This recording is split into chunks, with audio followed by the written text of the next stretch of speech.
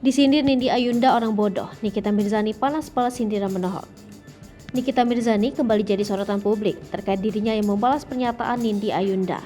Pasalnya Nindi Ayunda belum lama ini menyebutkan bahwa melawan orang bodoh cukup dengan diam. Hal tersebut diduga menyindir Nikita Mirzani.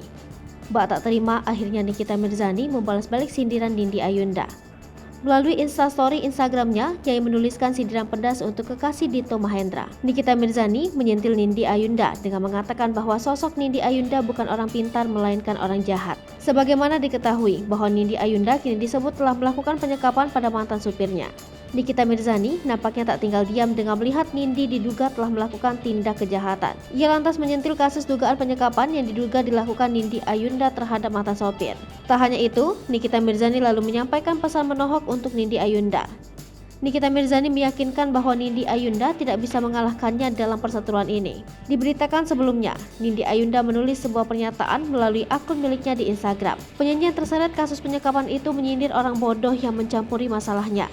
Tulisan Nindi Ayunda tersebut diduga ditujukan untuk Nikita Mirzani, sebab keduanya belakangan terlibat perseteruan.